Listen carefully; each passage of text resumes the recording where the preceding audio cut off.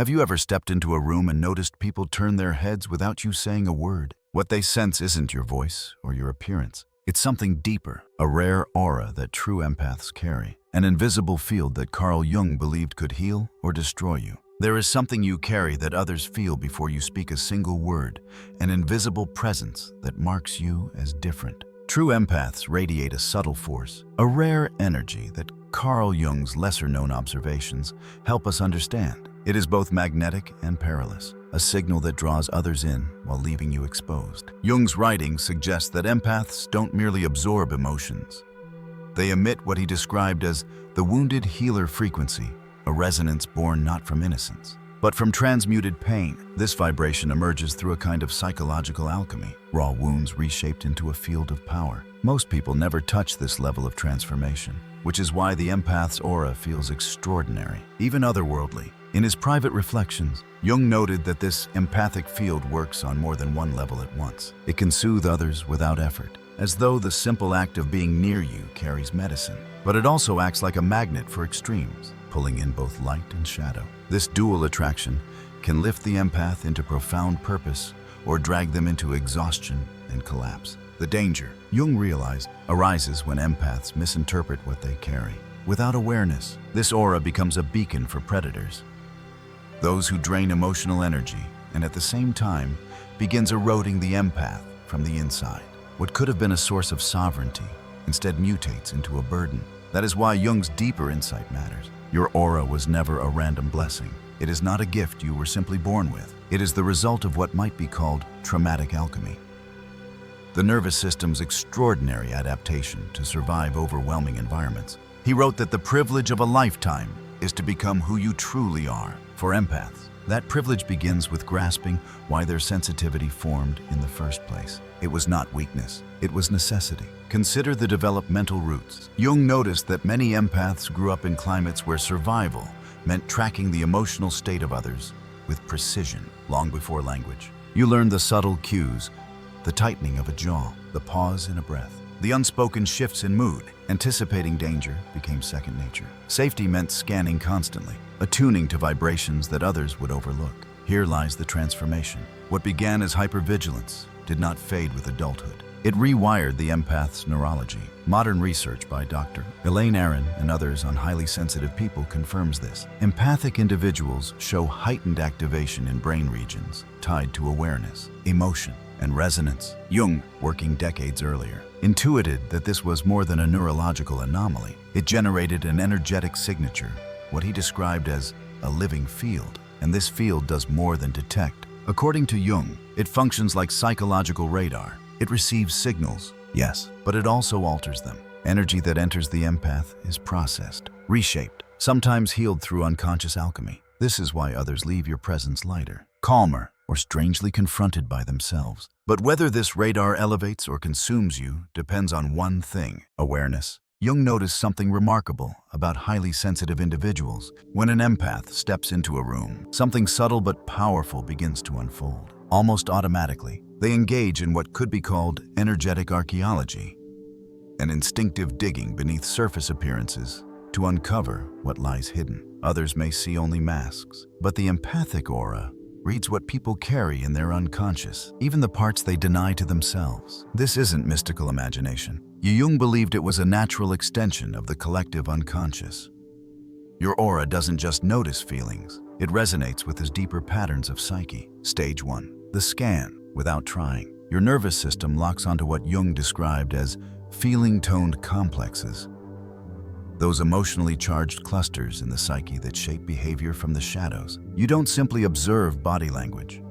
You sense the unspoken grief, the quiet anger, the fear pushed down beneath composure. Long before the other person is ready to admit it, you've already felt it. Stage 2. The absorption. Because your system developed to be porous for survival, you often take these energies in without meaning to. Jung referred to this as participation mystique, the unconscious merging of your inner state with another's. It's as if your boundaries blur and their unfinished stories temporarily become part of your own emotional landscape. Stage 3. The alchemy. Here's where Jung's insight becomes revolutionary. Empaths don't just take in energy, they process it. Through what he called the transcendent function, your psyche works to reconcile opposites, turning raw and chaotic emotion into something more whole. Without speaking a word, your aura reflects back to others a softened, more integrated version of what they are struggling with. This explains why people often feel lighter, clearer, or strangely seen simply by being near you. But there is a catch. Jung warned that this hidden gift only becomes healthy when it is conscious. When an empath does not recognize this natural alchemy, they slide into the role of a sponge rather than an alchemist. Instead of transforming what they take in, they drown in it. And here is where things grow even more complex. Jung identified what he called archetypal attraction patterns, the unconscious forces that explain why certain types of people are drawn so strongly to empathic auras. Some of these archetypes are deeply wounded. The inner child archetype seeks you out because your energy feels like the unconditional presence they never had. The shadow projector gravitates toward you because they sense, unconsciously, that you will hold the emotions they refuse to face. And the psychic vampire, the one Jung likened to a parasite, comes because they never develop their own inner source of vitality and instinctively feed on yours. Yet not all are harmful. Jung also observed that some are drawn to empaths in profoundly positive ways. The conscious seeker, those already committed to their own growth, recognize your presence as a mirror that accelerates their evolution. The authentic self, people who are finally ready to claim the wholeness of who they are, find in your aura the rare permission to be fully human without shame. The challenge is what I call archetypal confusion, because your energy field calls in both types, the wounded and the ready. You can easily mistake one for the other. Without clarity, you may find yourself pouring healing energy into those who are not prepared to change, while neglecting the relationships that could truly nourish you. This, Jung emphasized, is the razor's edge every empath must learn to walk. To become sovereign means to see your aura not as a curse or a free-for-all gift, but as a sacred responsibility that requires discernment. If you have noticed that you attract both deeply spiritual people and deeply troubled people, comment, "I am an archetypal magnet." Now you are discovering what Jung called the wounded healer constellation, why your empathic aura carries both the capacity for profound healing and the vulnerability to being consumed. Jung understood that the wounded healer archetype operates through what I call resonant frequency healing. Your aura does not heal others by giving them your energy. It heals by resonating at frequencies that activate their own healing potential. Think about how this works energetically. When someone with unprocessed trauma encounters your empathic aura, they experience what Jung called constellation activation. Your presence awakens the healer archetype within them, because you are modeling that it is possible to transform wounds into wisdom. But Jung discovered something profound about this process. The wounded healer can only activate healing in others to the extent that they have done their own shadow work. If you are carrying unintegrated trauma, your aura becomes contaminated with what I call bleeding energy. Instead of inspiring healing, you unconsciously invite others to wound you in the same patterns you have not healed. This is why empaths often attract narcissists, emotional vampires, and people who seem to need endless rescuing. Your unhealed wounds create an electromagnetic signature that draws people who will reenact your original trauma until you have fully integrated those experiences. Jung wrote, "Everything that irritates us about others can lead us to an understanding of ourselves." For empaths, this means that everyone you attract is showing you something about your own unconscious patterns. The people who drain you are mirroring the ways you drain yourself. The people who cannot receive your love are reflecting your own struggles with self-love. The alchemical solution, Jung's solution, was what he called conscious suffering.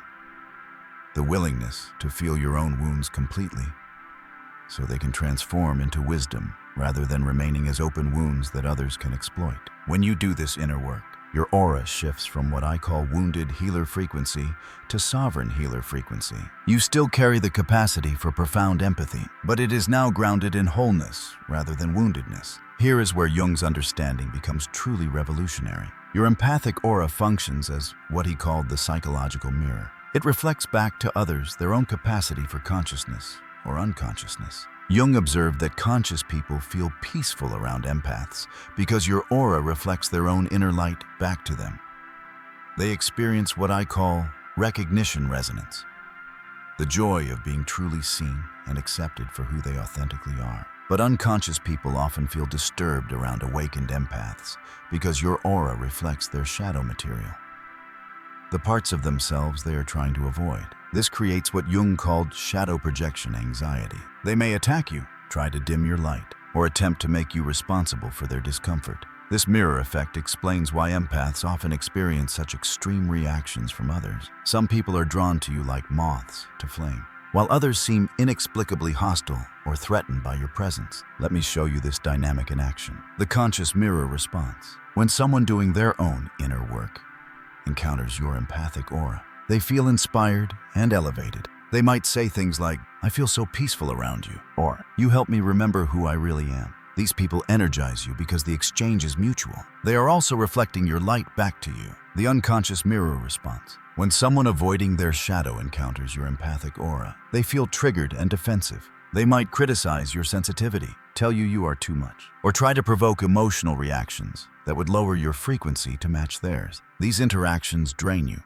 because they are trying to pull you into unconsciousness to avoid facing what your presence is showing them. The predatory mirror response. When energy vampires encounter your empathic aura, they sense opportunity. They recognize your capacity for emotional processing and unconsciously strategize ways to make you their emotional regulator. These are the people who trauma dump, create endless crises, or position themselves as victims who need your constant rescue. Understanding this mirror effect is crucial because it explains why boundary setting feels so difficult for empaths. When you set boundaries with unconscious people, you are not just protecting your energy, you are refusing to enable their avoidance of their own shadow work. But here is Jung's most profound insight about empathic auras. You are not just processing individual emotions.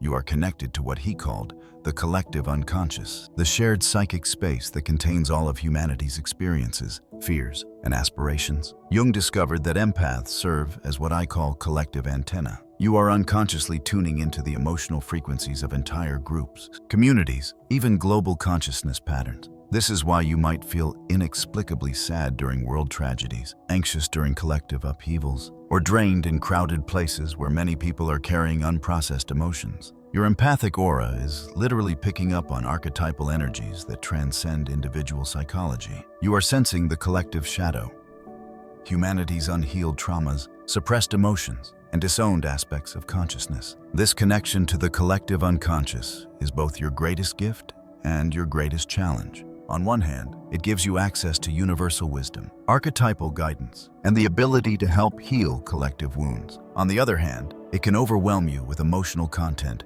that is not personally yours, but feels intensely real. Jung believed that empaths play a crucial role in collective healing because you can feel what others have numbed themselves to. You serve as early warning systems for collective shadow eruptions wars, social upheavals, environmental crises. Your empathic aura senses these disturbances before they manifest in the physical world. But Jung also warned that empaths must learn to distinguish between personal and collective material, or they risk what he called psychic inflation, taking on responsibility for healing wounds that belong to all of humanity. If you've ever felt weighed down by world events or noticed yourself sensing emotions that clearly weren't your own, you're not alone. Many empaths report this same phenomenon. If that resonates, you might even write, "I feel the world's pain." Carl Jung offered a psychological map for transforming this sensitivity from a source of exhaustion into a source of empowerment. What I call the aura method is drawn directly from his ideas of individuation, the process of becoming whole. Acknowledge your energetic sensitivity. Jung often noted that what remains unconscious continues to control us. For empaths, the first step is simply to recognize the unique way their nervous system functions. Your empathy isn't just emotional, it's energetic. You process signals that many people never consciously notice. Far from being a flaw, Jung saw this as a refined form of perception. He described as differentiated awareness. A practical starting point is what Jung referred to as energy accounting, paying attention to how your vitality changes depending on where you are, who you're with, or what you're doing. Which interactions leave you inspired, which leave you drained. This awareness marks the beginning of conscious integration. You understand your archetypal patterns. Jung believed that we all live through archetypal roles. For empaths, one of the most common is what I call the caretaker complex. This is the inner script that whispers, your value lies in fixing others. It shows up as guilt when you say no, a pull toward people who need constant repair, or a sense of responsibility for emotions that aren't yours. To break free, Jung recommended active imagination, entering into dialogue with these inner figures. By doing so, you uncover the roots of the pattern and begin to shift it from unconscious compulsion to conscious choice. Reclaim your energetic boundaries. Boundaries, Jung taught, are not rigid walls, but living membranes. They allow authentic connection in while filtering out what does not belong to you. For empaths, this means learning to notice when your field has been invaded or when your energy feels drained. The solution lies in practicing what Jung called psychological hygiene, rituals that clear what you've absorbed and restore you to your own frequency. This may take the form of meditation, solitude in nature, artistic expression, or anything that reminds you of who you are beneath the layers you pick up from others. The point is not isolation, but renewal. I activate conscious empathy. At the highest stage, empathy becomes deliberate. Jung called this conscious empathy, the capacity to feel with others without dissolving into their emotions. Here, you are no longer ruled by sensitivity, you are directing it. You can hold compassion in one hand and boundaries in the other. You can remain open without being depleted. This balance requires the transcendent function, Jung's term for the ability to carry opposites in awareness. You learn to be sensitive, yet strong, receptive yet firm, compassionate yet discerning. When these principles take root, your empathic aura shifts. What was once the wounded healer frequency driven by unconscious survival mechanisms becomes the sovereign healer frequency. Jung saw this evolution in his most developed patients, individuals who carried the same depth of perception as before, but now wielded it with conscious choice rather than compulsion. This is the essence of individuation for empaths, not to lose the gift, but to refine it until it serves your freedom rather than your burden. The energetic transformation, when you evolve into a sovereign empath, the very texture of your aura shifts. It still radiates, but the energy becomes more focused and self-contained. Rather than unconsciously leaking into everyone around you, your field carries what Carl Jung described as integrated wholeness, a stable, balanced presence. Others feel it immediately, but instead of depending on you to absorb or process their emotions, they are inspired to engage their own inner resources. This is the difference between what I call enabling resonance and empowering resonance. In the first, people feel better because you are quietly carrying their burden. In the second, they feel better because your wholeness activates their own healing capacity. Your presence no longer creates dependency. It awakens responsibility. The attraction pattern shifts. Jung emphasized that our inner state magnetizes certain archetypes to us. As long as you remain in the role of the wounded healer, your aura unconsciously signals availability for draining. This is why energy vampires, shadow projectors, and emotional parasites often find empaths irresistible. They sense the open channel and move toward it. But when you embody sovereignty, the frequency changes. Those who once fed on your energy no longer find nourishment. Instead, they naturally fall away, often without conflict. In their place, something extraordinary happens. You begin attracting what Jung called individuated souls. These are people who have engaged their own shadow, done the difficult inner work, and can meet you as equals. Such relationships are reciprocal. The exchange is balanced because both individuals contribute to the field of connection. The result is not exhaustion, but mutual nourishment partnerships that feel alive, creative, and expansive. Healing becomes effortless. Perhaps the most surprising aspect of this transformation is that healing no longer requires effort. Jung observed that sovereign empaths can catalyze growth in others simply through their presence. This does not mean you are doing energetic labor for them. It means your aura has become a healing field because you are no longer operating out of unhealed wounds. Your wholeness itself becomes the medicine. The message your energy radiates is simple yet profound. Pain can be transformed into wisdom, sensitivity into resilience, and wounds into gifts. Others sense this possibility in you, and it sparks a recognition within themselves. You do not have to teach, fix, or rescue. Your being communicates what is possible. The collective role. Jung often spoke of collective individuation, the process of humanity itself, moving toward greater consciousness. In this framework, empaths hold a crucial role. Your unique sensitivity is not just a private ability, but a cultural necessity. In a society often disconnected from authentic emotion, you serve as a bridge back to feeling. But Jung also warned about the savior complex, the unconscious drive to heal everyone. This impulse, while noble, often sabotages the larger mission because it fosters dependency instead of empowerment. The real task is not to carry everyone's pain, but to model conscious feeling, the ability to remain deeply sensitive while staying grounded in your own center. When others witness this balance in your aura, it acts as permission. They realize they can open to their own emotional depths without collapsing under them. The ripple effect: when one empath in a family, workplace, or community becomes sovereign, the impact spreads. Jung noted that this kind of integration creates what I call consciousness ripples. By embodying wholeness, you silently encourage others to stop numbing and begin processing their own feelings. True collective healing is not achieved by one person carrying the load for everyone else. It emerges when individuals stand as living examples that it is possible to feel fully and remain whole. The evolutionary role: Jung believed empaths represent an evolutionary leap in human psychology. Your capacity to process emotions at such depth may be preparing the species for what he described as the next stage of development, a conscious collective. As more empaths refine their gifts, humanity as a whole moves closer to integrating shadow and light on a global scale. This isn't sentimental optimism. It is an evolutionary necessity, the ultimate insight. Here lies Jung's most important conclusion. Your empathic aura is not a curse to endure, but a blessing to steward. It was never meant to drown you.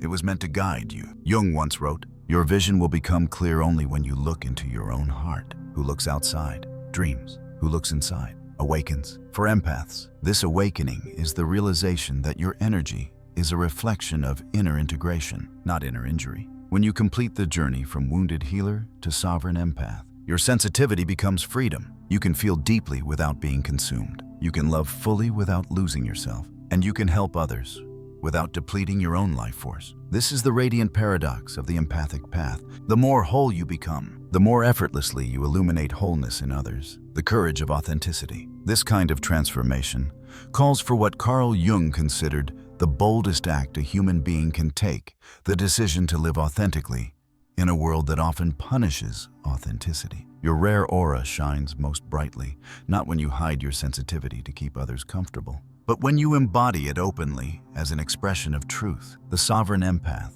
does not shrink from their gifts. They do not mute their sensitivity, but instead learn to radiate it consciously. They do not dim their inner light, but discover how to shine it with precision and purpose. They do not apologize for their depth, but use it to invite greater depth in others and in the world. If you are ready to turn empathic wounds into sovereign wisdom, speak the words, "I choose conscious empathy." Jung's practices for empathic mastery. To support this transformation, Jung developed what he called practices of psychic hygiene methods for protecting and maintaining the empathic aura while remaining fully engaged with the world. The energetic cleansing ritual. Jung believed empaths needed regular clearing of absorbed energies. Just as athletes require daily training to keep their bodies tuned, he practiced simple but consistent rituals to return to his authentic frequency: meditation, journaling, time in nature, or creative expression. Each of these helps separate what belongs to you from what you've unconsciously taken on from others. The principle is simple. Your gifts are finely tuned instruments, and they demand conscious upkeep.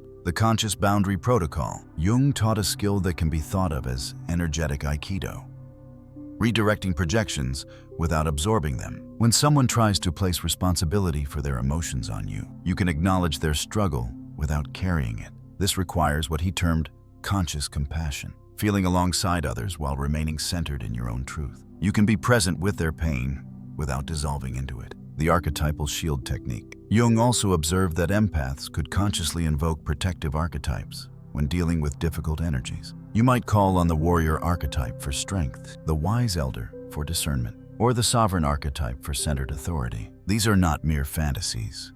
They are real ways of activating different aspects of your own psyche to meet challenges with resilience. The shift from burden to gift. Jung's final revelation about empathic sensitivity was both disarmingly simple and profoundly liberating. The goal is not to rid yourself of sensitivity, but to make it conscious. When you understand your empathic nature, you stop regarding it as a problem and begin to recognize it as a refined gift. Your aura becomes a tool of awareness rather than a source of exhaustion. The transformation is complete when you can walk into any space, sense everything that is occurring energetically, and choose how to respond. At this stage, you are no longer overwhelmed by your gifts. Instead, you have mastered them. And this mastery does not make you distant or detached. Quite the opposite. Conscious empathy is infinitely more powerful than unconscious empathy because it is rooted in love, rather than fear, in intention rather than compulsion, in deliberate choice rather than reflexive reaction, from wounded healer to sovereign healer. Jung described empaths who reach this level as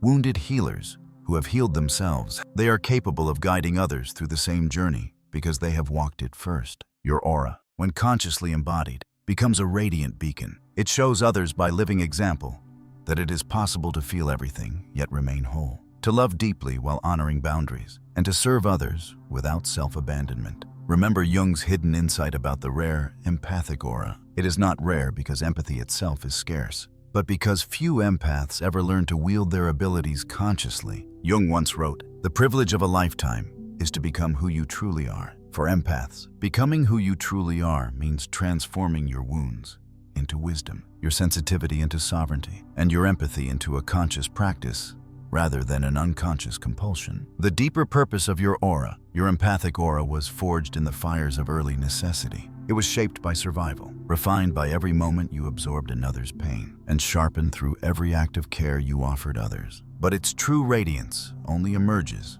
when you learn to turn that same healing toward yourself. The wounded healer archetype, Jung explained, is only the beginning of the empath's journey. The culmination is the sovereign healer, the one who can feel the full spectrum of human emotion without losing their center. Your aura is rare, not because you are broken, but because you have transmuted brokenness into beauty. Not because you are fragile, but because you develop the strength to contain the full weight of human experience. Not because you are destined to carry everyone's pain, but because you have learned the alchemy of transforming pain into wisdom. Empaths as bridges of consciousness. The world does not need more empaths who are drowning in their gifts. It needs empaths who, like Jung envisioned, treat their sensitivity not as a curse, but as a sacred capacity to be consciously directed. When you embody your empathic nature with full awareness, you become what Jung called a living bridge between conscious and unconscious realms. You help others access their own feelings, not by carrying them, but by modeling wholeness while holding your own energetic integrity. If you are ready to claim your aura as the sacred gift it truly is,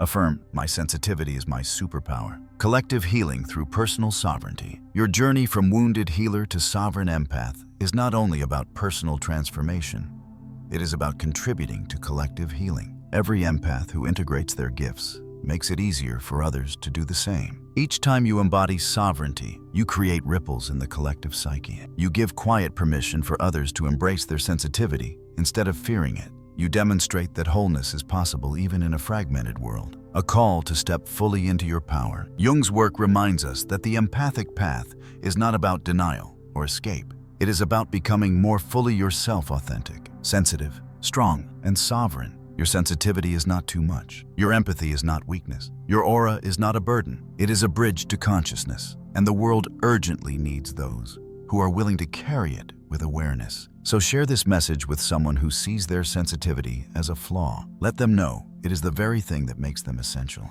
And if you are ready to go deeper into this path, watch my guide.